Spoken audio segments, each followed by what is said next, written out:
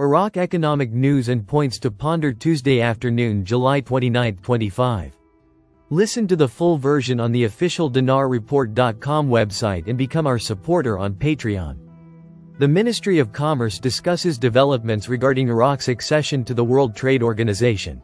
Economy, July 29, 2025. Mawazin News, Baghdad. The Ministry of Trade announced today, Tuesday, that the Department of Foreign Economic Relations held a meeting with representatives of the International Trade Center, ITC, to discuss the latest developments related to Iraq's accession to the World Trade Organization, WTO, and ways to enhance technical cooperation to support this process.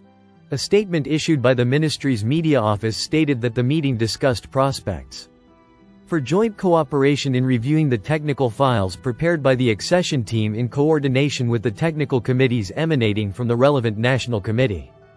The statement stressed the importance of the technical support provided by the ITC, especially at this critical stage, due to its significant role in raising the efficiency of national teams and enhancing institutional readiness for accession requirements.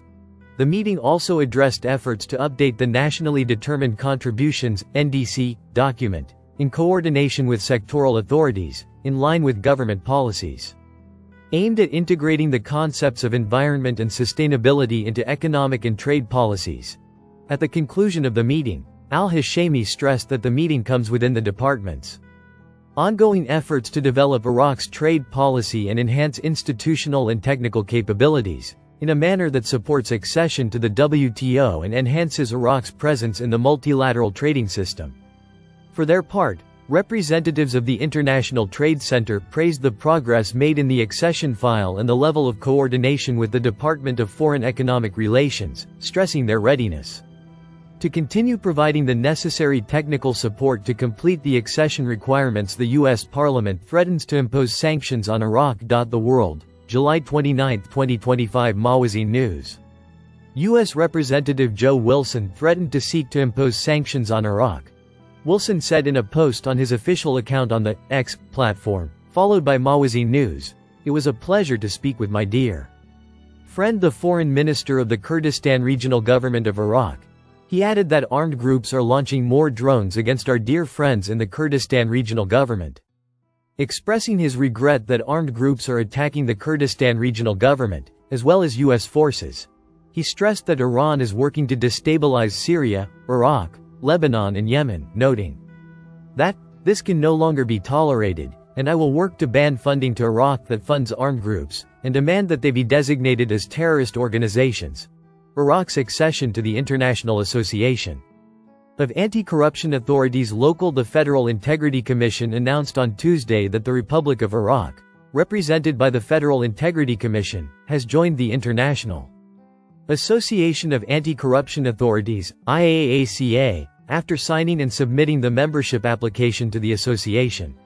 The commission indicated in a statement received by Al-Iqtisad News that the League welcomed Iraq's accession and called for a virtual meeting with the League's Secretary General to discuss the Commission's needs, indicating that the League, which was established in 2006, is specialized in assisting anti-corruption agencies and bodies around the world to promote integrity and combat corruption, and implement the United Nations Convention Against Corruption, noting that it includes 180 members from the authorities concerned with combating corruption, including 16 Arab agencies.